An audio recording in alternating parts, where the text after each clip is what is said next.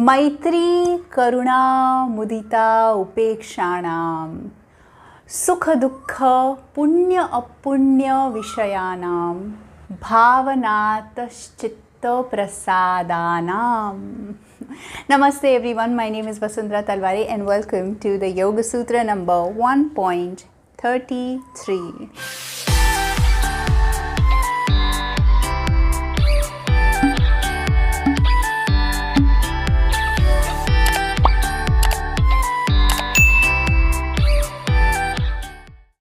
This is one of my favorite sutras of all the sutras, and this one is a favorite of many out there. Have you heard of the 5 love languages by Gary Chapman? This Yoga Sutra consists of 4 love languages that have been recommended since ages. These 4 love languages that we will see in this sutra have been passed on to us since centuries. This belongs to our scriptures, and if practiced even today, can clean our chitta of all the vrittis. That's the promise. Isn't that awesome? So let's look at the sutra. It says Maitri, Karuna, Mudita and Upekshanam. These are the 4 attitudes, love languages that you can practice. First, Maitri, which is friendliness. When do you practice friendliness? Is when somebody is happy. So if there's some celebration going on, if there's somebody happy, if there's somebody, say a party going on next door, too much noise happening. If somebody is celebrating their joy, you feel happy for them. You evoke Maitri within you. Instead of complaining or cribbing or feeling jealous or feeling unhappy and starting to, compare and feel bad about it, what you do is partake by evoking friendliness, maitri, metta, good feelings. So that's love language number 1. The second one is karuna. Karuna means compassion. Evoke compassion when somebody is suffering. So when somebody is going through a painful experience, somebody is suffering from a disease or a loss of a loved one or some mental stress, some imbalance in their environment, be it the family or at work. When you see somebody in pain, you evoke karuna, compassion. So that's the number 2 love language. The number 3 love language is mudita. Mudita means joy. When do you evoke joy?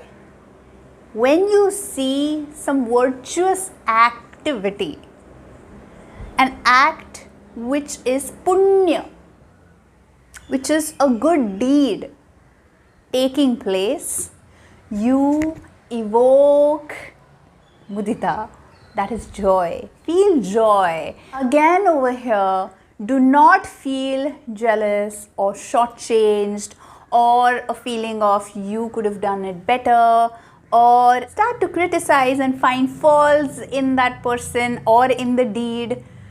You got to evoke mudita, that is feel joy. Feel joy in some amazing deed taking place by someone or by a group of people, and that the deed is taking place because of some effort. So be joyful. And the 4th love language is upekshanam. So upeksha means indifference, not taking interest, simply. And when do you evoke upeksha? Is when some vice is happening, some sinful act is happening. Now this could be a controversial point over here because the question may arise that what if some disrespectful act is happening? What if somebody is getting raped? Or what if somebody is getting murdered? Or what if somebody is getting mistreated? Do we simply feel indifferent and walk away? The answer is no. This is a feeling that you evoke in your hearts, in your being. So upeksha is towards a vice, correct? But your action can be to contribute towards lessening an unfair, unjust act taking place in front of your eyes. So the difference here to note is, with the feeling of indifference, you act out to help, to contribute, to save, to better a situation. Why this is important is because if we evoke anger instead of indifference, what happens in that anger? More anger is created. And in that fire that you create within, not just you burn, but people around you also start burning with you. Isn't it? So the idea is to not evoke any negative feelings in us. Like when I read about a recent happening in down south state of Kerala, where a pregnant elephant was fed an explosive and that killed both the mother and the child in her belly. It disturbed me to no end. Just a few years ago, there was a rape case in Delhi, Nirbhaya as it is known today. That disturbed me to no end. But in both these disturbed states of mind, I only created more hell for myself. Did I take any action towards either of these things? I couldn't have, sitting here.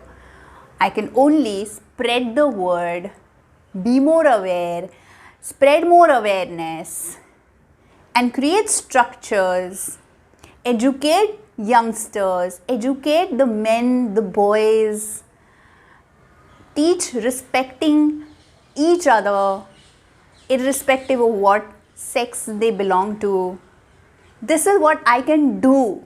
But evoking disturbed feelings, anger, and so much imbalance in my mind, in my chitta, in my body, in my soul, in my energy field, I did not contribute anything to myself and to the world around me. With that disturbed state of mind, I can only spread more hatred by telling it to two more people or discussing it with two others and saying, hey, how bad, how sad, how ridiculous, how disgusting, how disastrous. And what did I do? I just discussed it with two others and brought their energies down as well. So I shared my imbalance with two others and created more imbalance. They could have been already imbalanced and I added to their imbalance. So the idea over here is to be indifferent and through action try your best to change a certain mindset, to educate better, to contribute the way you can, but show no personal interest. That's what this Maitri, Karuna, Mudita and Upeksha have to tell us, that feel positive all the time. These are the 4 love languages and they work beautifully.